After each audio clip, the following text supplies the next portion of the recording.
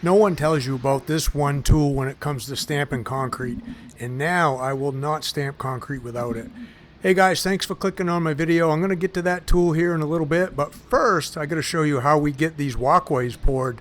So we were hired here to come do a pool deck. We actually did the patios and the floor on this job earlier in the year. Then we did this big, huge pool deck, about 2,600 square feet. And now we're finishing things up. We're doing two walkways. We got this front one right here. And then on the other side of that back patio, we got one that's a little bit longer that'll finish everything off. And it's going to look like a really cool backyard here. Now, when we do walkways, you know, we get hired. We come in, we'll form them up. We'll get it all prepped. We got the wire mesh in here. We got 4,000 PSI concrete with 3/8 stone. We are going to stamp these walkways. It's going to be basically the same stamp as we used in the back patio. Also, there's one out in the front too to kind of match everything up.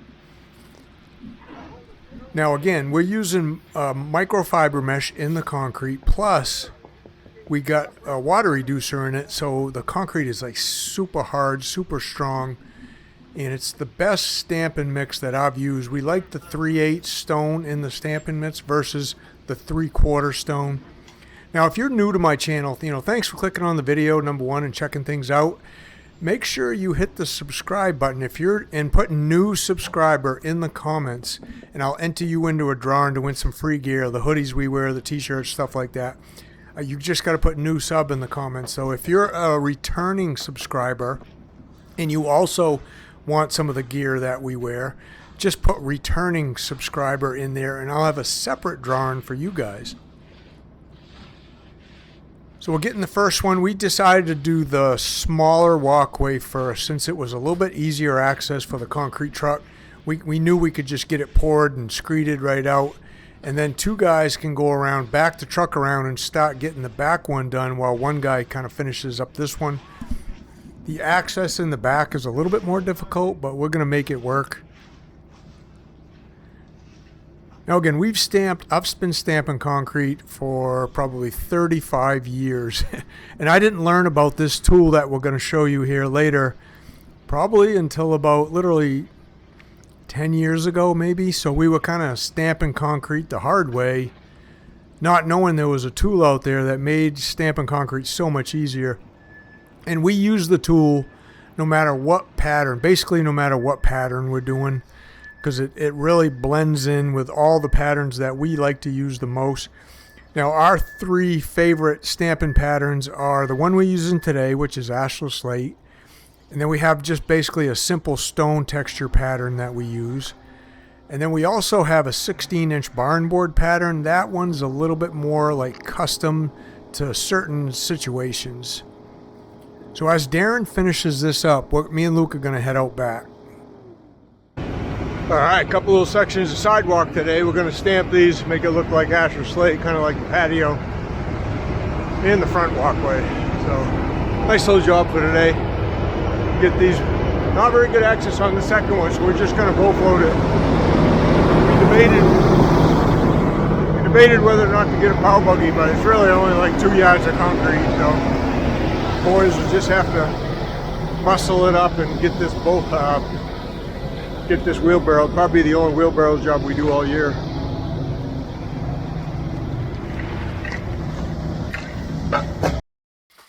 Yeah, so we try not to wheelbarrow too much concrete anymore. I mean, it's so easy to throw your back out wheelbarrowing concrete. That concrete is so heavy. By the time you get that wheelbarrow filled up, and then, this ground right here isn't too bad, and it's just a straight shot. But if you're on uneven ground or the ground's, not packed rock hard, it's easy for that wheelbarrow to tip a little bit, and then you try to stop it from tipping, and you throw your back out. We've all done it many times, so that's what I meant by it. Probably the only wheelbarrow job we do this year. If this thing was twice as big as this, I would have rented a power buggy. I mean, it's just easier on the bodies. So at our ages, we're not the youngest guys anymore, but at our ages, we don't want any more injuries. But where this was a straight shot, it wasn't too bad. Between Darren wheeling it, Luke kind of raking it around, spreading it out, and me screeding it, everything went in pretty fast. Now this is going to be a nice, you can see if you look at the front patio here that we've already stamped, it's got kind of a grayish color to it, ashlar slate. And the pool deck isn't that old. We just did that recently, so it's still kind of curing out. It's not completely cured. That's why you see a little bit of darker and lighter areas. That will eventually cure out all the same color. That is a huge pool, and that is a huge pool deck too. That's probably twice as big as maybe the average size pool deck, maybe even a little bit more than that. But it's going to be a super great, awesome space back here in this backyard.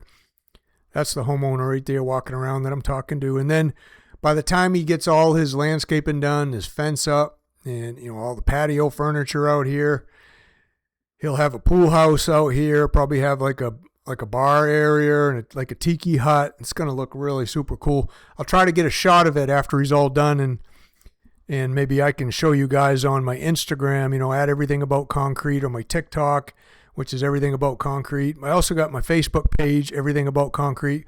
So make sure you check all those things out, and follow me on all those spaces too. I put up a lot of really good content there. All right, 7:30 right now. I got to get that bowl floated, but we'll talk a little bit about the timing of stamping today. Probably creek got here around, I don't know, 6:45, 7, something like that. It's in the 40s this morning. A lot of this is going to be in the shade because the sun's coming up. East is back that way. So we'll go over a little bit about the timing, try to help you guys out with when to start stamping, and I'll just get, like I said, I'll get this bowl floated, then we've probably got about an hour before we're going to do anything. So this is kind of how I do my training videos in the concrete underground for you guys that want to really learn how to do this stuff. I got a training video in there a whole section on just stamping concrete, but the timing, knowing when to start, is really the key. That's probably the hardest part to learn, and I go over that in detail for you in there.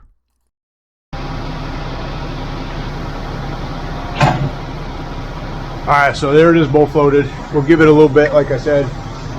We'll check back with you as soon as we get ready to start deciding if we're going to stamp it or not.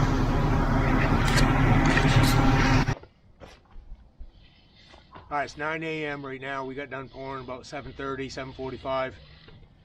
And let's just feel it and see what the firmness of it is, because that's basically what determines when we start stamping. So I'm pressing, I can really easily press in.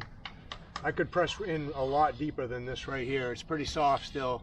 So we're going to give that some more time.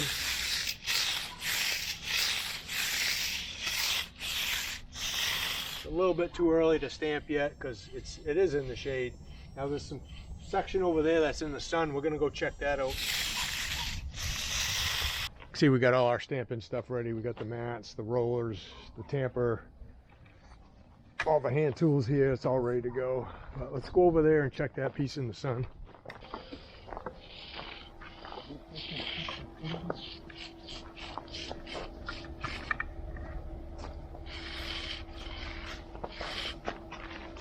Should feel like over here. What's that feeling? Yeah, as far as firmness, I'd say it's not twice as firm as that, but close to it. Yeah, setting up pretty good. It's not too far. All right, so that's kind of how we check right there, and I'll go into much more detail in the training courses for that. So we're getting real close to about that tool I was telling you about. This is where it's go time now, right? When you got stuff in the sun and you're going to be stamping it, like you gotta know what you're doing. This is the key moment about whether you're going to be too late. I'm bringing the truck around now because we thought we was going to stamp out there where we started first, and we're really going to start stamping out here first because the sun's hitting it. So these are the things that, the experience plays a big factor in this. And you can see how the sun's kind of going down that edge where Luke's magging. You got about 12 inches or so in the sun. Like if you don't know what you're doing here, you could lose this thing really, really fast. So as these guys get this floated out, like this is real key to getting a good stamp on it. I'm going to start unloading some stamps, but the one tool, the one that I'm spraying some liquid release on it now. We like liquid release, and then we'll do the two-tone antiquing effect tomorrow, which is the day after this. And that's on other videos. That's in my training videos. I show you how to do that. But this is the tool right here, this roller.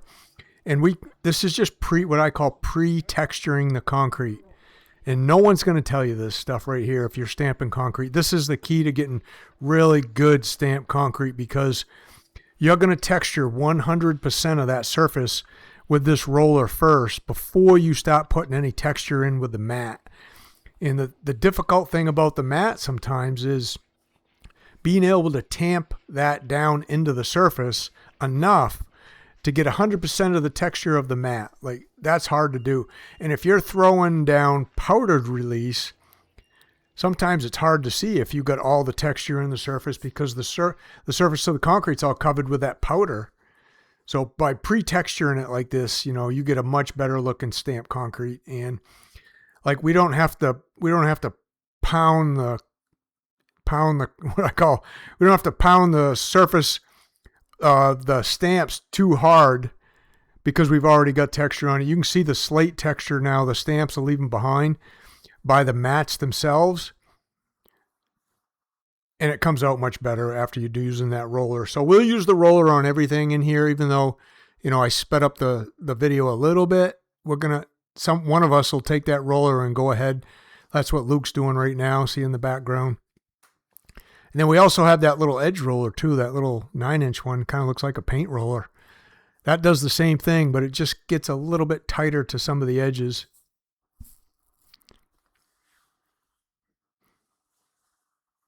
I'll just talk a little bit more about in the concrete underground, in my training area.